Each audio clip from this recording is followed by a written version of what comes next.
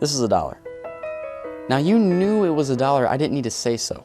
The fact is that we know money, you know what this could buy, I don't need to explain it to you.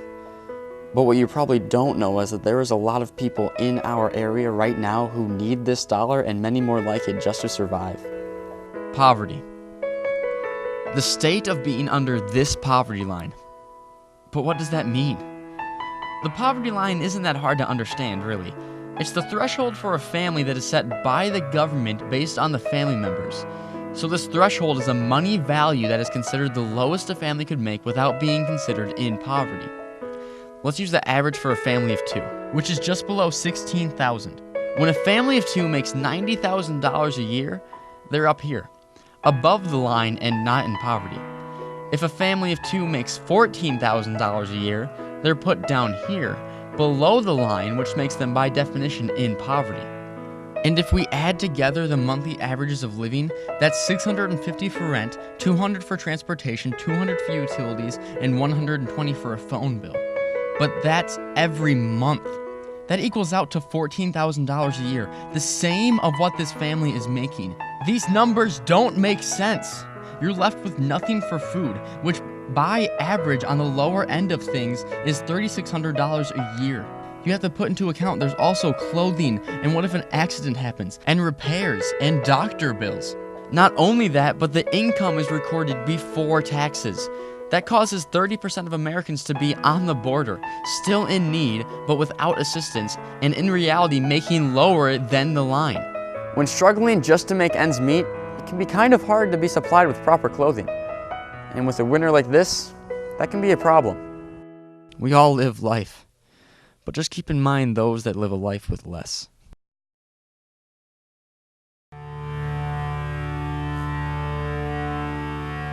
We just showed some pretty frightening numbers relating to poverty.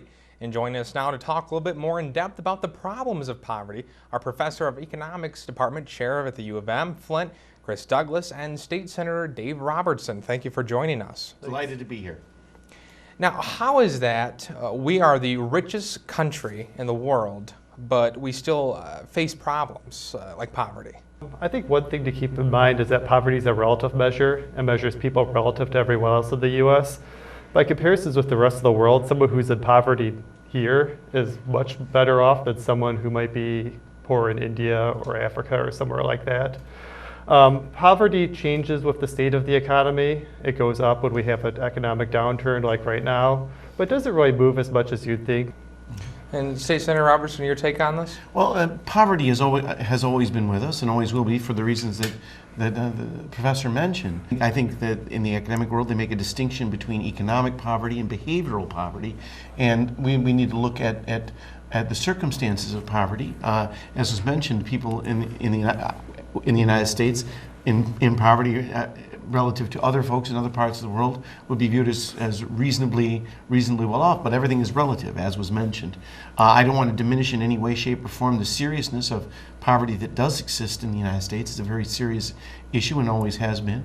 And we spend an enormous amount of public resources on folks who find themselves in poverty, providing for children, providing for families, because as a compassionate society, we're never going to let people go without acutely needed care.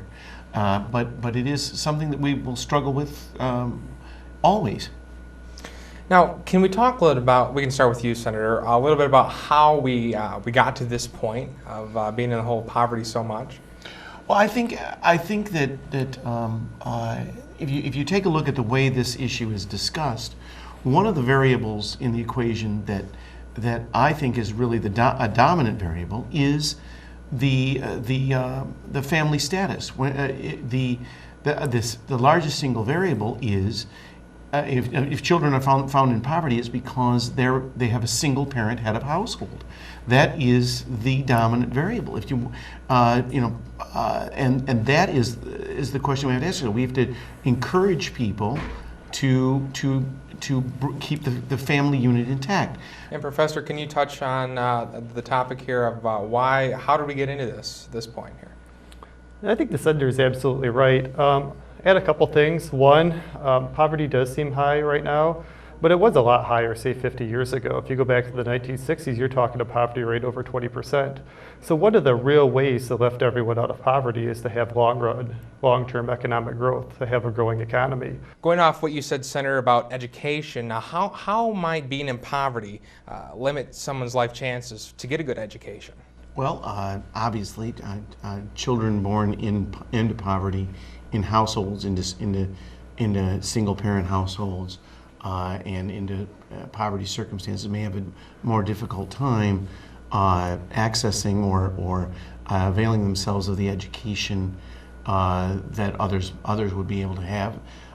Also, frankly, depending upon their circumstances, they may have difficulty with it in the schools that they may be part of may be poorly performing. That's why I think educational choice is important, and giving parents options for the education of their children. We know that education is the fastest ticket out of poverty, along with the other behaviors and getting life in the proper order, as the professor mentioned. And so that is the challenge that a person in poverty faces. Next question for you, Professor. Why has poverty been ignored for so long? I don't think it's really been ignored. I think as far back as you could go back in U.S. history, we focused on poverty. You could go back to the New Deal, where the whole focus was poverty, people who were hard up for the Depression. You have the war on poverty in the 1960s with LBJ. Even more recently, people talk about poverty. So it's not like poverty is a new concern. It's a concern that goes back at least 100 years, if not farther. And there's been government program after government program, public policy after public policy trying to alleviate poverty. The results are mixed. Different people see things different ways. In terms of public policy and changing lifestyle behavior, it's very difficult for public policy to change lifestyle behavior. If one cause of poverty is, say, having a child out of wedlock, which is an increasing phenomenon over time, it's hard to think of a public policy that could really alter that behavior, which is why I think public policy is destined to be limited in terms of alleviating poverty. And Senator Robertson, could we get your take on this? Well, I agree with the professor. There has always been a concern about the less fortunate people that are in poverty. There always has been, there always will be. As I say, our compassionate society, our compassion as human beings will drive us in that regard. Americans throughout their history as a people have always been enormously charitable with regard to those in need. And the one question we have to ask ourselves, since this year we're celebrating, or at least acknowledging, maybe that's a better word than celebrating, the 50th anniversary of the war on poverty and the Great Society programs of the Johnson administration.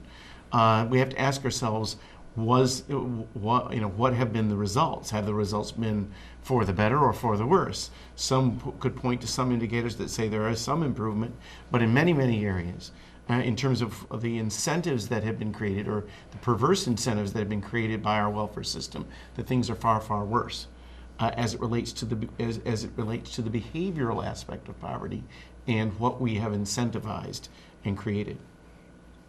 Thank you both, Professor and Senator, for joining us, and we will talk with you later in the show.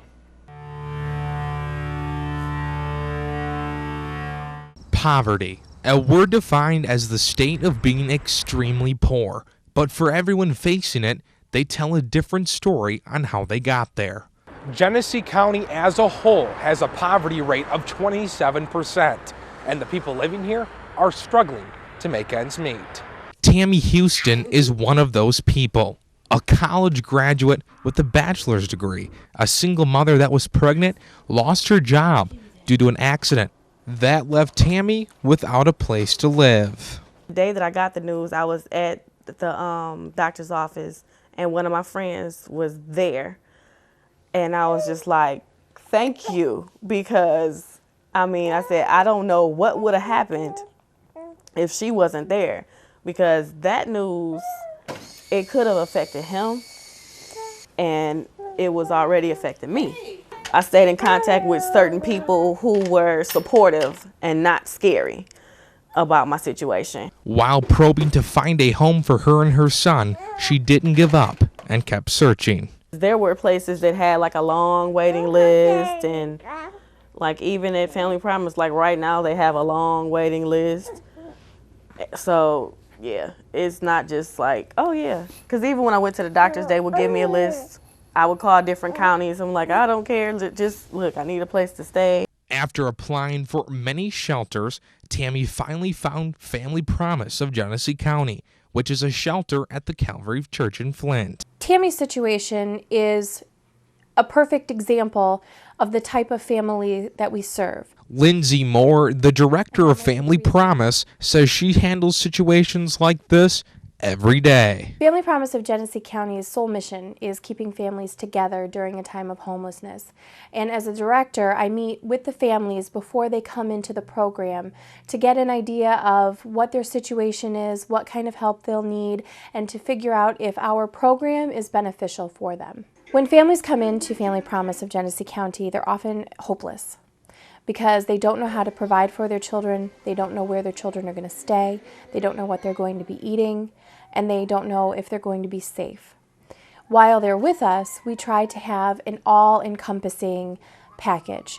We offer parenting classes, we offer nutrition and budget classes so that families are able to create a sustainable life upon leaving Family Promise of Genesee County. This 25-year-old mother of three who wanted to remain anonymous is currently in Family Promise, and she says it's been hard for her, but even harder on her children. They're kind of confused because they're used to having their own home, having their own room, so it kind of hurts my feelings when they always ask. Since I've been here at Family Promise, I'm learning how to slow down and think clearer and make right decisions for me and my kids. She adds, Family Promise has helped to put her back on her feet. I just purchased me a car so I can get around.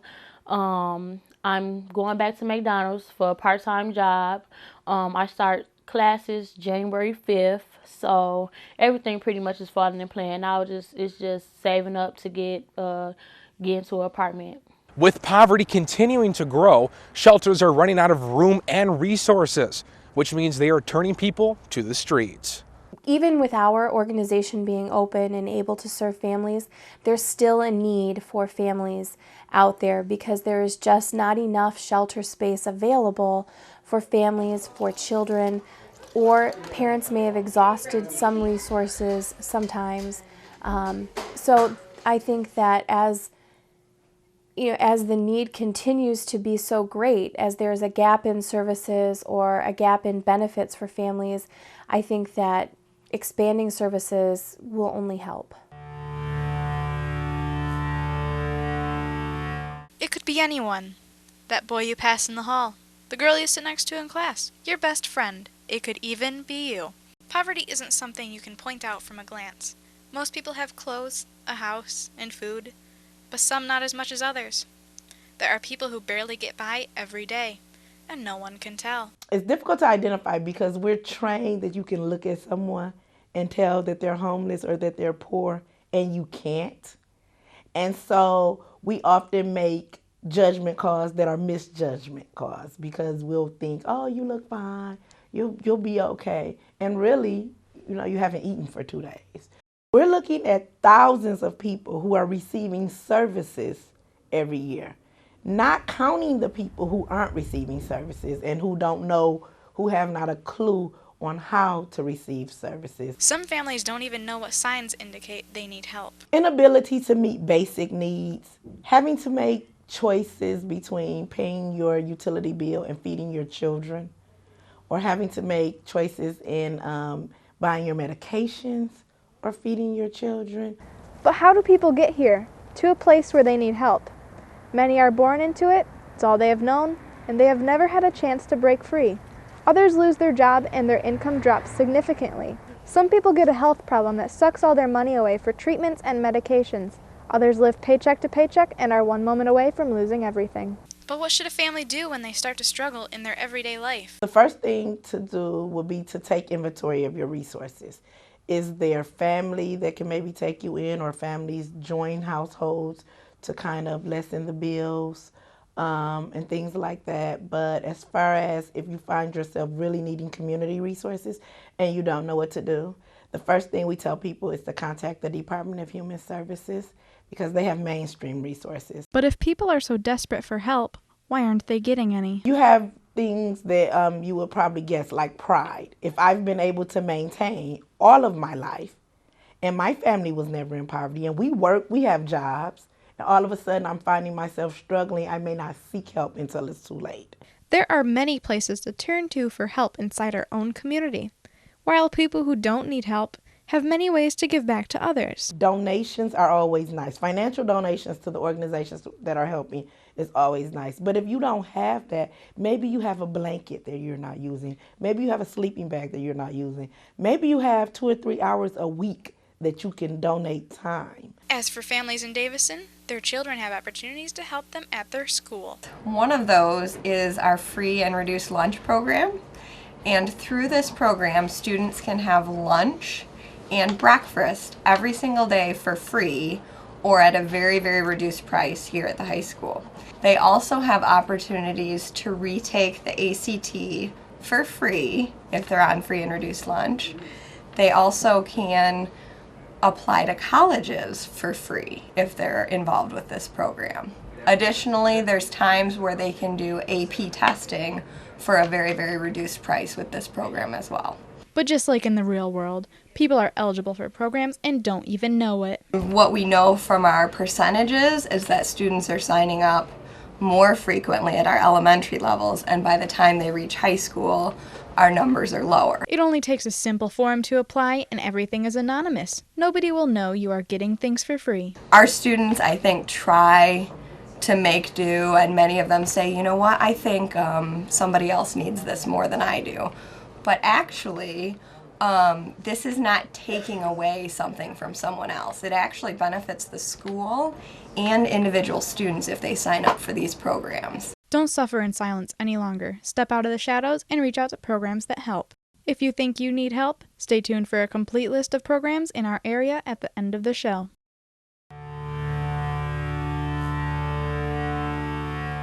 Poverty has its hands all across the nation.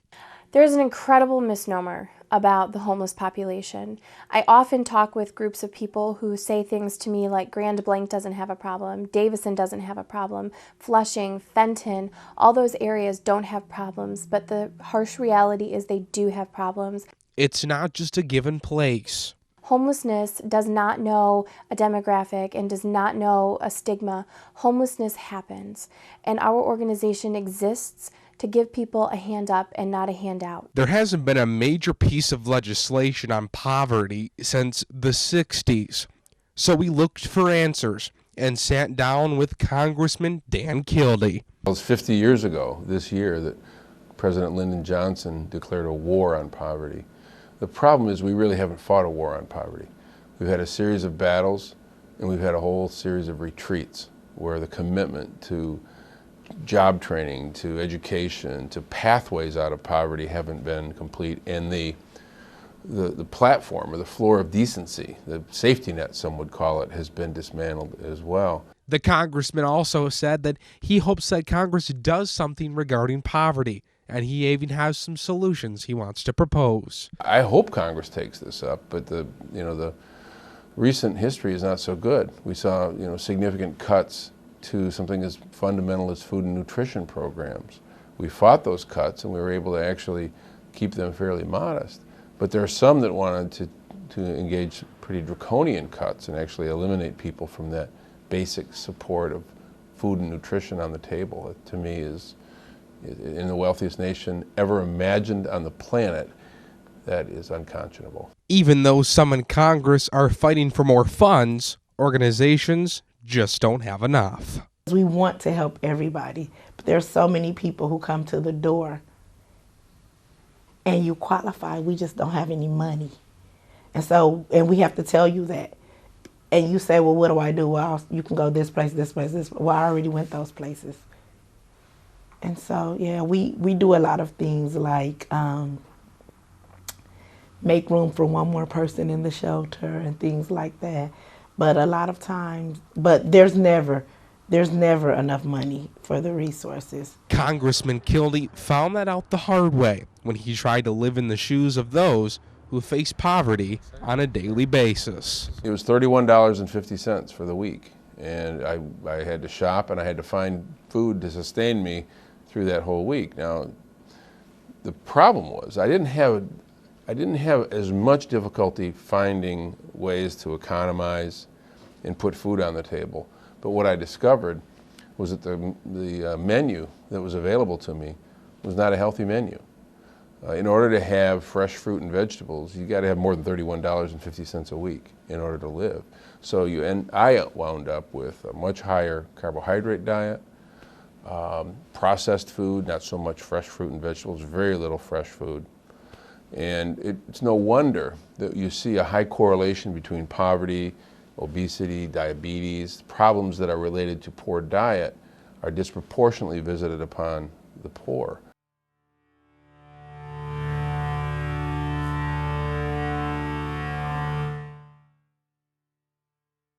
We have already looked at the problems with poverty. Now we are back with Professor Douglas from the University of Michigan and State Senator Dave Robertson about how to fix these problems. Hello again to you both. Hello. Hello. All right, we'll start with how can we fix this problem with poverty on a national level? We'll start with you, Professor.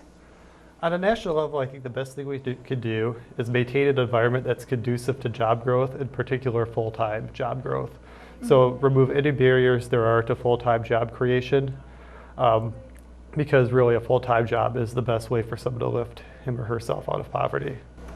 Anything you would like to add, Senator? Well, I agree with that. I think that both at the policymakers, lawmakers at both the state and the national level have to measure in the debate that we have on issues the fact that is a particular policy accomplishing a particular goal at the expense of full-time employment. And what about on a local level? What can we do inside our own community? In terms of alleviating poverty, I think everything we said about the national economy applies to the local economy too. So promote full-time job creation, remove any barriers towards full-time job creation, and also make sure that students are getting a good education. I think that would go a long way in alleviating poverty. And what has the government done to try to reduce poverty, and has that helped any? I think it would be hard to say that if you throw all that money at poverty, it didn't do something, but I don't think it did a whole lot in terms of moving the poverty rate. I think there is some evidence that, say, Social Security did a lot to lift seniors in particular out of poverty, especially seniors during the Great Depression. But in terms of really driving poverty down, it's been long-term economic growth. It's what's driven the improvement of living standards for everyone, including the poorest Americans. Because the poorest Americans right now have indoor plumbing, have electricity, have just everything we take for granted. What could an individual do to help themselves get out of poverty or their own family? Well, I think valuing education and investing the time and effort and energy to become educated, to complete high school, to pursue education beyond high school to the fullest extent that you are able, to recognizing the importance of that. In terms of individual effort to alleviate poverty, I think individual charity is always the best delivery mechanism. Yet government will always be there to make sure that a certain subsistence amount is provided, and more than that for children and healthcare. And we're not going to let children or people go without basic necessity healthcare. We're going to, because we value life as a society, we're always going to do that. But in terms of the delivery mechanism for charity to individuals, I think for both the spirit and for the body, individual charity and private charity is the best way to go. Do you think there will ever be a day that in our country, we can eliminate poverty completely? And how long do you think it would be if we can reach this? No, because for technical reasons, I think the answer is no. And that's just because poverty is a moving target. If we would have measured the poverty rate in 1955 and fixed it at that level, whatever it was in 1955, never changed it, never adjusted what it took to be in poverty, poverty would be eliminated today, just because of living standards improving following economic growth. But because we measure poverty relative to how everyone else is doing, when everyone else is doing better, we raise the threshold about what it takes to get into poverty. So just by the way it's measured, we can never eliminate poverty. And I believe that's accurate, because, like I say, it's a relative term. What we need to concern ourselves with is the quality of of life of individuals, and hopefully encouraging people in our daily lives and in our public life to make the right choices in life and create the best possible environment for people to provide for themselves and provide for their families by creating an atmosphere of freedom that will bring about economic growth. Well, thank you both so much for joining us today. Here at DTV, we have partnered up with the school district to try and help stop poverty within our own community. Grant Palmatier has the story on this next. When DTV started this special about poverty, we decided to see if we can make a difference. Educating people about poverty was the first step. Then we really went to work. We teamed up with Cool to Care to lead by example and help out the community.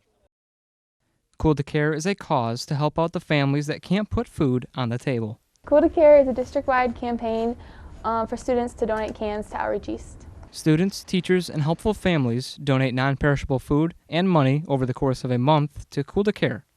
Then we take what we collected to Outreach East, a resource center for the needy right here in Davison. With the food prices going up and the food stamp cuts, the families are just really getting jammed up as far as, not being able to buy as much as what they used to be able to take care of the families. And that's why we're seeing an increase in the numbers of families coming to us to help with food. Cool to Care was the leader of our daily newscast. Last day of Cool to Care, time to search your cupboards and have one last big haul. A big part of sporting events. The central piece of promotional videos. Come to school and drop in some money. This is our chance to make a difference. And the focus of our newsroom.